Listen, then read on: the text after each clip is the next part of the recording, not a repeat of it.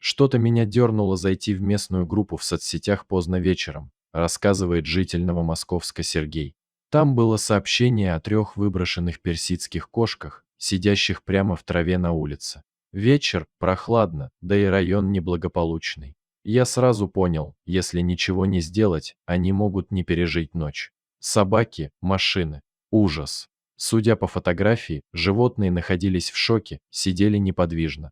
Девушка, которая опубликовала пост, уже не была на месте, но кто-то из местных посадил кошек в коробку и отнес за угол дома. Я стал обзванивать знакомых волонтеров, но все были заняты или далеко. Наконец согласилась помочь Инесса, неравнодушная девушка из Тулы. Вместе с подругой она выехала на место. Когда коробку открыли, сюрпризом стало то, что вместо 3 кошек в ней оказалось 6. Среди них были и котята. Удивляться времени не было, нужно было срочно действовать. Мы договорились, что кошек доставят в ветклинику на такси, а я возьму на себя расходы. В клинике животных осмотрели. У всех были колтуны, запущенные когти и следы стресса. Одну кошку, Розу, даже пришлось побрить полностью, ее шерсть больше напоминала панцирь. У остальных дела обстояли чуть лучше, но работы предстояло много. Несмотря на их состояние, я решил дать им красивые имена: Роза, Циния, Космея, Астра и Нарцисс.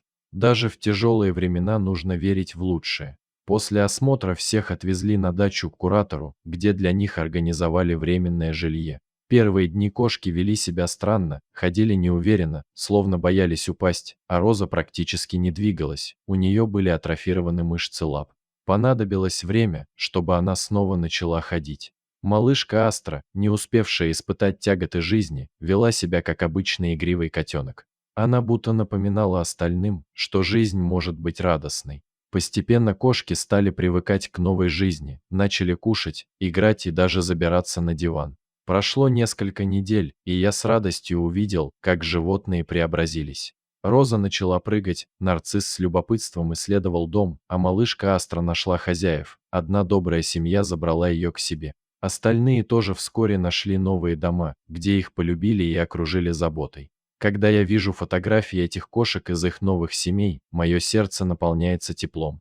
Пусть это был трудный путь, но он того стоил. Жизнь снова улыбнулась этим маленьким пушистым созданиям, и я рад, что смог стать частью их спасения. Дорогие друзья, пожалуйста, если вам понравилось это видео, не забудьте поставить лайк и подписаться на канал, а также поделиться им с вашими знакомыми.